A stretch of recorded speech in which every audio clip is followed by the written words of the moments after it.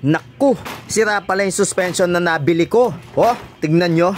Ang pangit ng bounce. Goals yung nabili kong rear suspension. Patay. Ito ang diskarte para hindi tayo magoyo ulit. Kaya panoorin yung bidyong to mula sa umpisa hanggang sa dulo. Intro muna tayo. Joel Mascareñas, ang pinaka-humble, simpleng tao, astig sa karera, di mo mahabol, malapit dumiskarte kahit ano pang trouble. Kung yung mga simpleng shock, madali lang idiin kasi mas manipis yung spring nila, kaya madali mong malalaman kung buhay or patay yung absorber niya. Alam nyo, napakahalaga ng suspension pagdating sa safetyness, traction, handling, stopping power, at meron nitong epekto pagdating sa gas consumption. Try naman nating idiin yung monoshock. Hay naku, kahit anong gawin ko, kahit 1mm lang, hindi ko mapagalaw. Sobrang tigas naman kasi.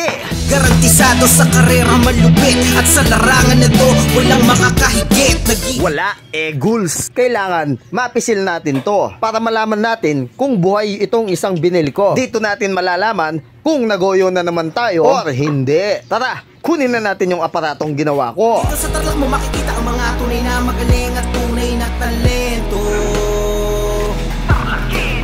Sa pagluluto ng mga putahe, talaga namang magiging pabor. At heto, malalaman natin dito sa aparatong to kung buhay pa or patay na ang suspension. May mga ilalagay ka lang mga tornilyo sa bawat butas at tapos isasalang na natin. Siya nga pala, may 3 level yung ating aparato. Ayan, nakikita nyo ba yung mga gatla?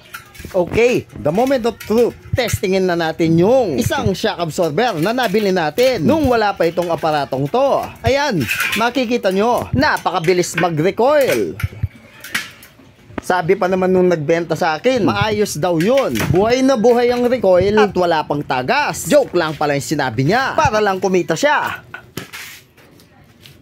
At heto naman ang ating itetest dito sa ating aparato.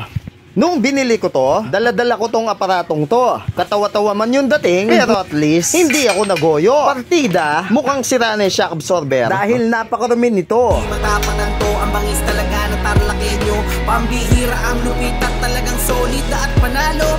Pinagsanib na galing ng Kapapangan at ng Ilocano. Talagang the best kapag pumanak, ganyan talaga pang talentado. Literal na malupit ang tangan-tangan na talento. Okay, testingin na natin at para malaman na natin ang katotohanan. Kalidad ng bawat pyesa at pulido ang gawa. Detalyado bawat setup at hindi pumapalya. Siguradong sigurado. Ito, makikita nyo na mas maganda ang recoil kesa doon sa unang nabili natin. Okay pa siyang pagtsagaan. Pwedeng pwede pa. Siya nga pala, pwede mo rin tong i-adjust para pwede sa ibang shocks. Pwede rin sa mga enduro. Hindi lang pang Fury 125. Pwedeng itaas, pwede rin ibaba. Iba talaga pag pang all around. Ikaw, bibili ka ba ng suspension? Lalo na suspension ng mga enduro or big bikes? Ano pang hinihintay mo? Gumawa ka na nito para makasigurado at para hindi ka magoyo. So, ano pa bang gagawin natin dito? Itapon na natin yan. Joel Mascareñas, ang pinaka-humble, simpleng tao.